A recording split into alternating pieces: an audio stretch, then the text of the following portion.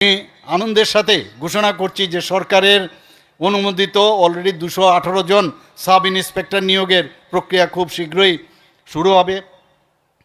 পাশাপাশি অতিরিক্ত 916 জন police constable নিয়োগের অনুমোদনও ইতিমধ্যে আমাদের সরকারের তরফ থেকে দেওয়া হয়েছে এবং নিয়োগ প্রক্রিয়াও দ্রুত সেটা শুরু করা হবে।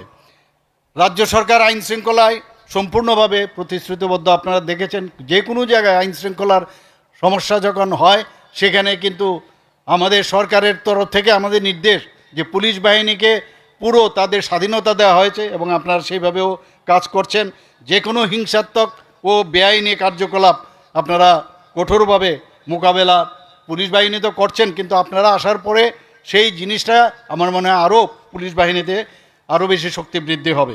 জনগণের যাতে আরও তাড়াতাড়ি স্পিডি যে ন্যায় বিচার সেটা যাতে পৌঁছে দেওয়া যায়, তার জন্য 1 জুলাই 2024 থেকে আপনারা সবাই জানেন যে নতুন ফৌজদারি আইন সমূহ সম্পর্কে ত্রিপুরা পুলিশ সকল পুলিশ কর্মীকে অলরেডি আপনাদেরকেও দেওয়া হবে, সেখানে প্রশিক্ষণ দেওয়া হবে।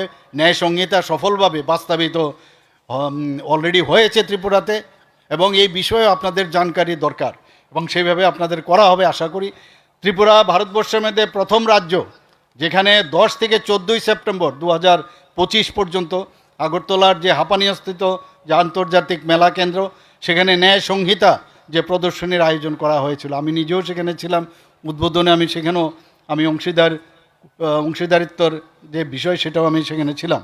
এই প্রদর্শনী নাগরিক, ছাত্রছাত্রী, আইনজীবী এবং সংশ্লিষ্ট প্রত্যেক সকলের মধ্যে ন্যায় সংহিতা অধীনে যে যুগান্তকারী যে পরিবর্তন আনা হয়েছে সেই সম্পর্কে ব্যাপক অ্যাওয়ারনেস প্রোগ্রাম হয়েছে এবং তাতে করে আমার মনে হয় যে মানুষের